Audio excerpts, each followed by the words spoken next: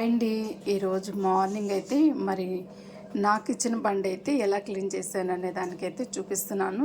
Video కోసమే కదండి, రోజు మార్నింగ్ లేవగానైతే మరి నేను ఎంత క్లీన్ చేస్తాననే దానికైతే చూపిస్తున్నాను. అలానే మీరు క్లీన్ చేయరని అయితే నేను అనడం లేదు, కానీ నా వర్క్ అంతా అయిపోయిన తర్వాత ఇలా నీట్గా అయితే క్లీన్ చేసేసుకుంటాను. చూసారు కదా, అలాగే ఇక్కడ కూడా చూడండి, స్టవ్ కూడా నీట్గా మరి క్లీన్గా చేసేసిన తర్వాతే వంట చేస్తానండి. అంటారా, ఇందులో ఆయిల్ అయితే నేను పోయలేదు.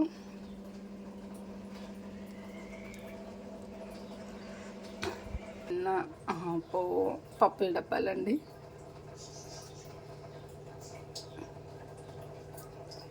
మరి ఎప్పుడు పప్పులు ఏదైనా తెచ్చినా క్లీన్ చేసి వేసేస్తుంటాను.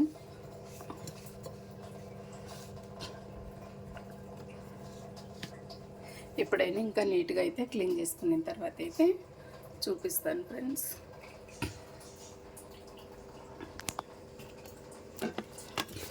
బూస్ట్ అండి, ఇది క్లీన్ చేసుకోవాలి. అంటే ఇది పాతదిలండి, వాడను, అందువల్ల ఇది ఫ్రెండ్స్. వండినవన్నీ అయితే టేబుల్ మీద కాకుండా ఫస్ట్ అయితే ఇక్కడైతే పెట్టుకుంటాను నేను. నాకు ఇక్కడ ఒక డైనింగ్ టేబుల్కి దగ్గరగా ఉంటుందని అయితే ఆర్చ్ అయితే పెట్టుకున్నానండి.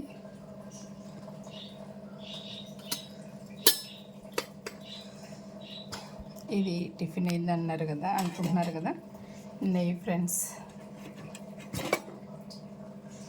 చూసారు కదా, ఇదైతే మరి నిన్నే అయితే తీసాను. ఇదైతే ఆల్రెడీ అయిపోయింది. ఇది తీసేసి ఆన్ పెట్టాలి. బాదం పప్పులు మా వారికి. ఇదంటారా, నేను టీ పెట్టుకున్నాను కాబట్టి మిగిలిన టీ. ఇది రైస్ మిగిలింది కదండి, అదైతే ఇలా పెట్టేసాను. ఇది ఫ్రెండ్స్ నా యొక్క కిచెన్ బండ క్లీన్ అయింది అయితే చూపిస్తున్నాను ఫ్రెండ్స్.